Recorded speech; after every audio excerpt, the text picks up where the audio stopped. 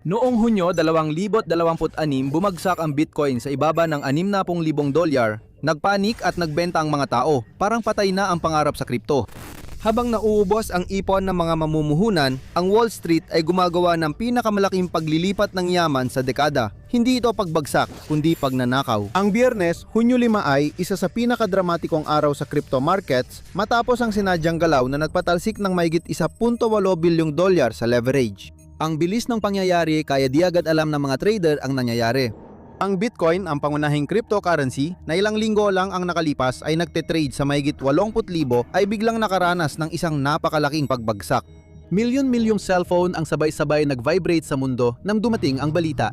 Bumagsak ang halaga ng BTC, umabot sa ibaba ng 60,000 at naitala ang pinakamababang 59,000 at 100 sa araw na yon.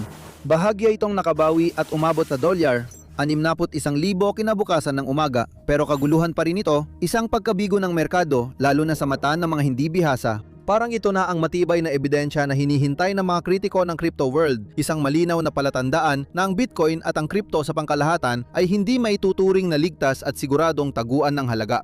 Pero ang totoo, hindi ito kabiguan o hindi mapigilang pagbagsak. Isa itong kontroladong pagsunog, isang pagsunog na perpektong naisagawa, mathematical na eksakto at talagang kinakailangan para hindi lang makabawi ang merkado kundi para maabot pa ang mas matataas na antas. Parang pagsunog sa may sakit na kagubatan para magsimula na mas malusog na ugat ang epekto nito. Karamihan kasi, presyo lang ang tinitingnan kaya usok lang ang napapansin nila. Ang totoong apoy ay nasa likod na eksena. Mga 1.8 hanggang 2.5 bilyong dolyar na lasong leverage ang nawala. Heto kung bakit mahalaga ito.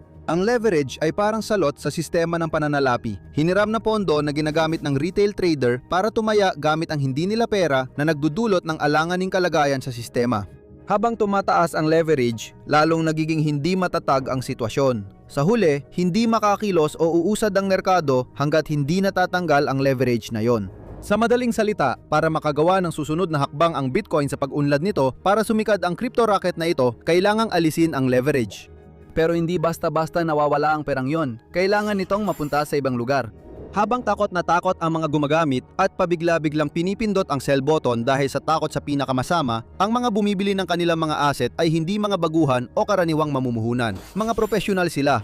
Sinamantala ng mga mamumuhunan sa Wall Street ang fire sale at binili ang mga asset sa mababang presyo, siguradong madudoble o matitriple nila ang kanilang pera. Ang retail market ang nabigay ng exit liquidity na kailangan ng malalaking isda sa pamumuhunan. Ginawang panggatong ang mga karaniwang mamumuhunan na akala ay nakakatakas sa lumulubog na barko. Sa totoo lang, ibinibigay lang nila ang mga pinaghirapan nilang portfolio sa malalaking investment firm. Pero hindi sa crypto markets nagsimula ang pagbagsak. Nagsimula ito sa Silicon Valley. Ang pera ang nagsisilbing oxygen ng merkado. Kapag dumadaloy ito papasok, lumalakas at tumataas ang halaga ng mga asset. Kapag umaalis naman ito, humihina sila. Sa mga linggo at buwan bago Hunyo 2026, isang sektor ang halos sumisipsip ng lahat ng oxygen. Ang sektor ng artificial intelligence ay mabilis na lumaganap sa halos lahat ng aspeto ng modernong buhay.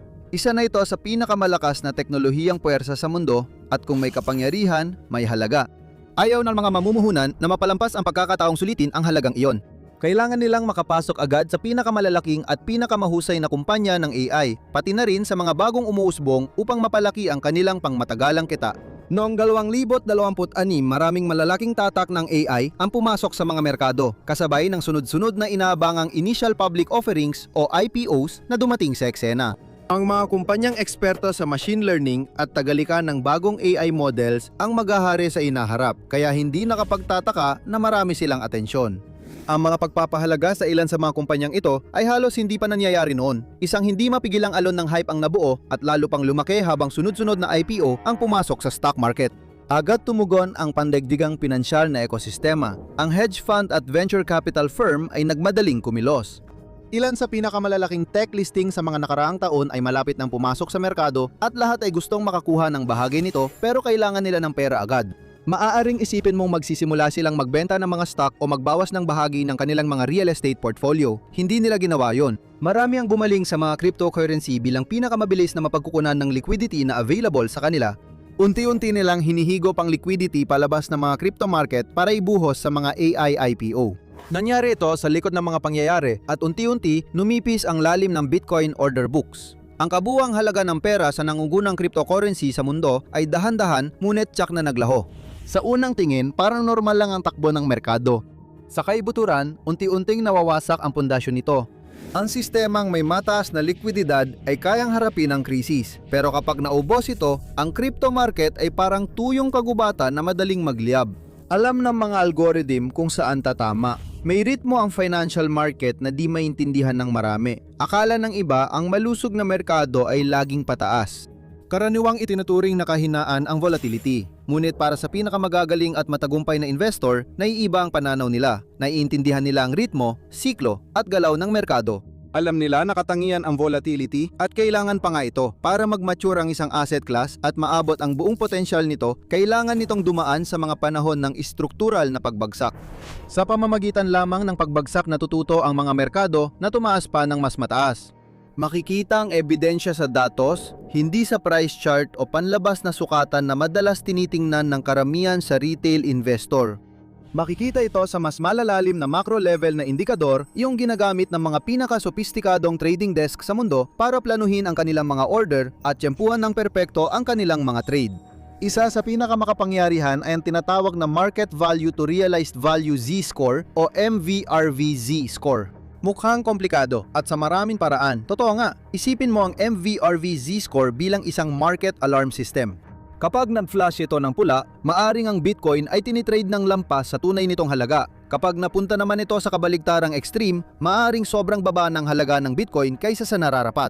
Tingnan mo kung paano nagbago-bago ang Z-score sa paglipas ng panahon at may isang nakakagulat na trend na lumilitaw.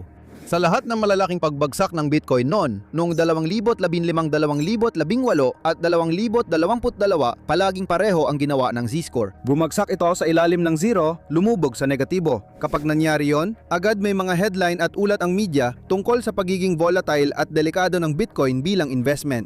May ilang nagsabing bagsak na ang merkado ng cryptocurrency, pero binaliwala ito ng maliliit na mamumuhunan at nag-focus sa Z-score. Isa itong kumikislap na pulang ilaw at sumisigaw ng isang napakahalagang utos, bumili. Kapag bumababa sa zero ang score, tumataas ang Bitcoin na hindi bababa sa 300% sa susunod na cycle. Paulit-ulit itong nangyayari. Noong Marso 2020, tumigil ang pandaigdigang ekonomiya dahil sa pandemya. Bumagsak ng kalahati ang presyo ng Bitcoin sa ilang araw. Bagamat matindi ang takot, sa loob ng 180 araw matapos ang malaking pagbagsak, tumaas ng 35% ang kabuuang Bitcoin na hawak ng mga pangmatagalang may-ari na ayaw magbenta. Parang inalis lahat na reserbang ginto ng Amerika sa merkado at nilipat sa pribadong vault sa loob ng 6 na buwan. Tahimik, ngunit napakalaking paglipat ito ng yaman, dramatikong paglilipat ng Bitcoin mula mahihinang kamay patungong matitibay na kailangan para sa malusog na merkado. Kailangang mabigo ito para ma-reset at bumangon ng mas maganda. Nakita na rin natin itong mangyari noon ng eksakto. Noong 2021, magandang takbo ng Bitcoin. Umabot ito sa $60,000 nung tagsibol. Ngunit sunod-sunod na masamang balita ang nagdulot ng pagbagsak nito.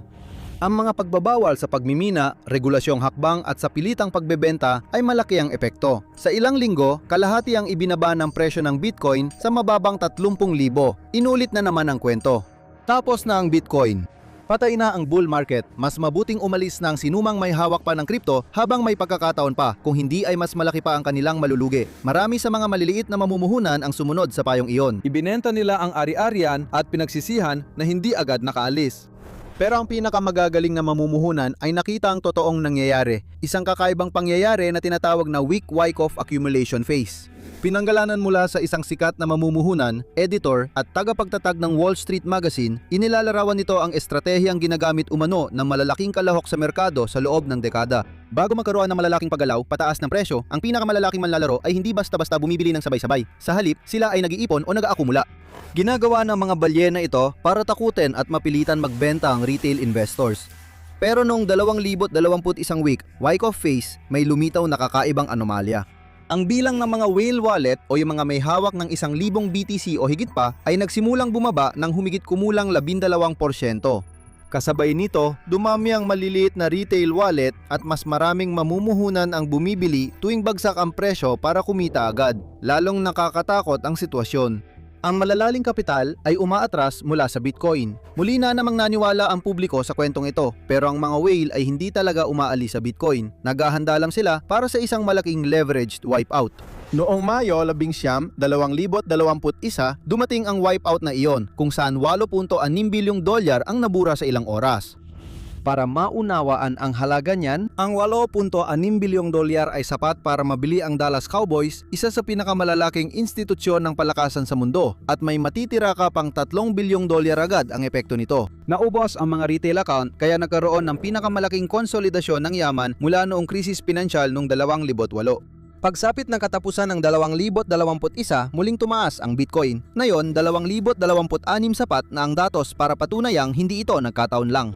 Para may eksaktong plano ang kasaysayan, ang pagbagsak ng Hunyo 2026 halos kapareho ng sa 2021. Parehong mga balita, parehong kwento, at parehong emosyonal na epekto sa mga retail investor. Ngunit may safety net ang 2026 na wala noong 2021 pundasyong binuo ng pinakamalalakas na institusyong pinansyal sa mundo. Noong unang 2024 binago ang mga patakaran ng Bitcoin market. Opisyal na inaprubahan ng United States Securities and Exchange Commission ang unang Bitcoin Exchange Traded Funds o ETFs. Sa mahigit isang dekada, ang Bitcoin ay umiiral bilang isang hiwalay na entidad mula sa pandigdigang sistemang pinansyal.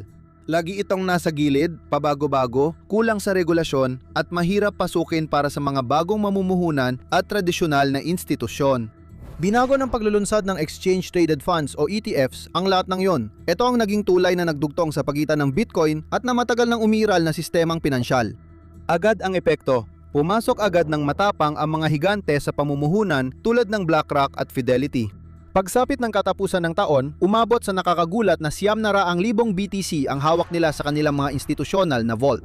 Iyan ay humigit kumulang 4.6% ng kabuuang umiikot na supply ng mismong asset. Para mailagay sa tamang perspektibo, ang 900,000 Bitcoin ay 200,000 Bitcoin lamang. Maliban sa 1.1 milyong nawalang coins ni Satoshi Nakamoto, ang lumika ng Bitcoin na tinatayang halaga ay 80 bilyong dolyar. Malaki ang halagang ito kaya malaki rin ang impluwensya sa merkado. Binibigyan ito ng sapat na kapangyarihan ng investment firm para kontrolin ang blockchain.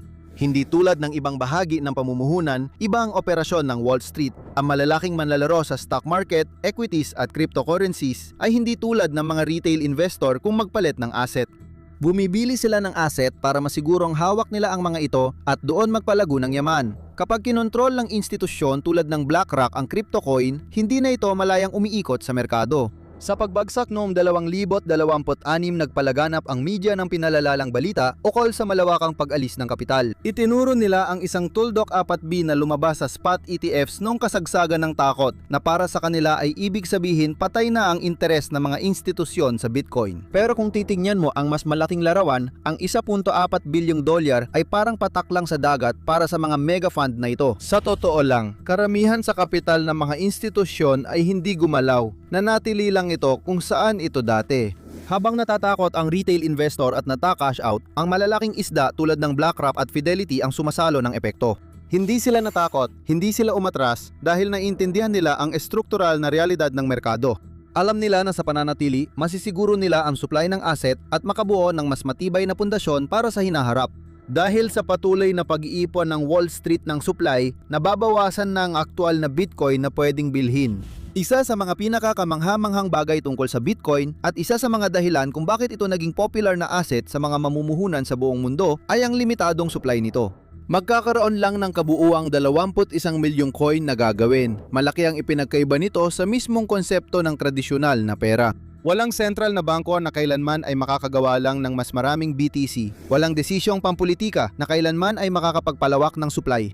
At ang totoo, mas kakaunti pa ang Bitcoin kaysa sa inaakala dahil napakarami sa 21 milyong coin na iyon ay hindi na pwedeng bilhin o ibenta at hindi na talaga mangyayari yon. Bakit? Marami sa mga ito ay wala na sa sirkulasyon.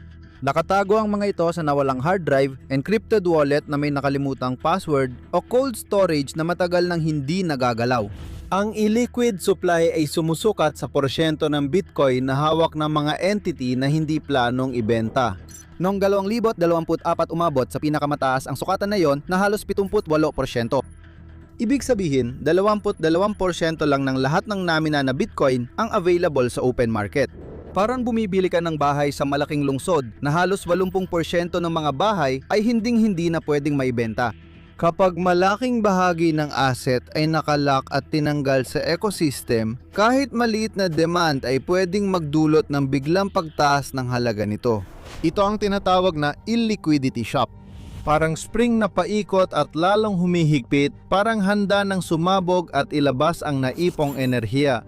Dito natin nakikita ang totoong hindi komportableng realidad ng pandaigdigang merkado kung sino talaga ang nagbabayad sa mga bull run. Karaniwan, kapag tinanong mo ang mga tao kung ano ang nagtutulak ng bull market o kung sino ang may malaking impluensya sa Bitcoin, kadalasan itinuturo nila ang retail investor.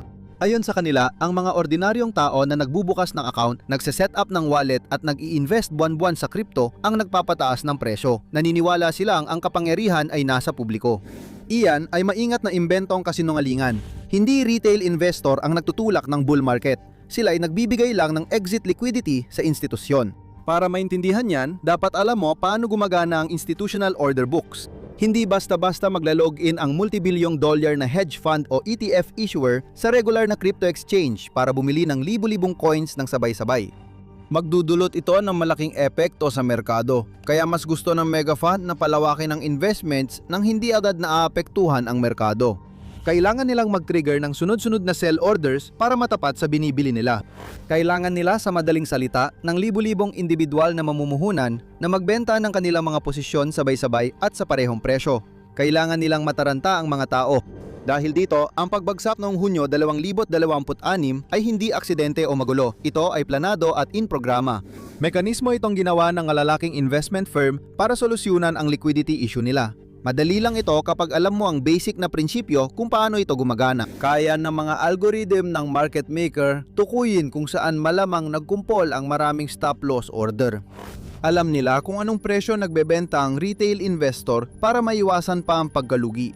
Habang lumalapit ang merkado sa antas na yon, kahit kaunting bentahan ay pwedeng magpababa ng presyo at ilapit pa sa stop loss zone. Kapag na-trigger na ang unang mga stop loss order, magsisimula ang isang chain reaction. Susunod ang isang bagso ng karagdagang mga order na otomatikong naisasagawa. Malalaking halaga ng BTC ang naibebenta nang hindi pinag-iisipan ng mga may hawak ang kanilang desisyon. Patuloy bumabagsak ang presyo, mas maraming stop loss limit ang natatamaan. Sa loob lamang ng ilang minuto, bumagsak na ng husto ang halaga at para sa karaniwang mamumuhunan na nanonood ng lahat ng ito, natatakot sila at nagsisimula silang ibenta ang kanilang mga coin. Kapag halos sagad na sa baba ang halaga ng BTC, agad papasok ang mga mamumuhunan sa Wall Street at bibilhin ang mga coin sa open market. Hindi ibig sabihin na laging masama ang balita sa retail investors. Sa ngayon, parang lahat ng nangyayari sa pagbagsak ng Bitcoin ay mukhang pabor sa mga malalaking tao at laban sa publiko. Dinisenyo ito para lamunin ang retail investors at iluwa lang sila habang nilalaro ng malalaking institusyon ang kanilang emosyon at sinasamantala ang kanilang pagkataranta. Posibleng totoo yan, pero kulang pa ang kwento. Para maintindihan lahat, dapat mong tingnan lampas sa nangyayari sa kasalukuyan. Huwag mo pansinin ang mga headline dahil kahit ang mga macro model at projection tool ng top financial analyst ay pare-pareho pa ring nagtuturo pataas. Hindi nagbago ang kanilang mga forecast at ganoon din ang kanilang optimismo. Naniniwala pa rin silang mabilis at mataas ang pagtaas ng Bitcoin kaysa inaasahan mo. Sang-ayon ang maraming eksperto na aabot sa 150,000, 180,000 ang Bitcoin sa ikaapat na quarter ng 2026 pero wala talagang napagkasunduang pananaw. Iba't ibang modelo ang natuturo sa iba't ibang direksyon at nagbabago ang mga ito habang nagbabago ang mga kondisyon. Kadalasan, ang malalaking paggalaw ng presyo ay dahil sa pagbabago ng likwididad, leverage at posisyon sa merkado kaysa sa isang tsak na dahilan. Habang nagbabago ang mga kondisyon, ang kapital ay madalas gumagalaw sa sistema nang hindi agad napapansin. Depende sa pananaw, maaring mukhang normal na siklo ng merkado ito o senyales ng mas malalim na problema. Ang kadalasang nananatiling pareho ay ang patuloy na pagrebisa sa mga forecast habang may dumarating na bagong impormasyon. Sa ganitong mga merkado, hindi lang umiikot ang kwento sa pagbagsak o pagangat. Tungkol ito sa mga siklo, paano pumapasok at umaalis ang likwididad at paano nagbabago ang estruktura ng merkado sa bawat paggalaw nito. Ang presyo ay hindi lang basta umaakyat o bumababa, kundi dumadaan sa mga yugto na nagsisilbing pundasyon ng kasunod na galaw. Habang naguunahan ang mga mamumuhunan na makabili ng mas maraming Bitcoin, isang misteryo ang laging nananatili, ang tao sa likod ng lahat ng ito. Tuklasin ang katotohanan kung sino talaga ang lumikha ng Bitcoin o panoorin ang video na ito.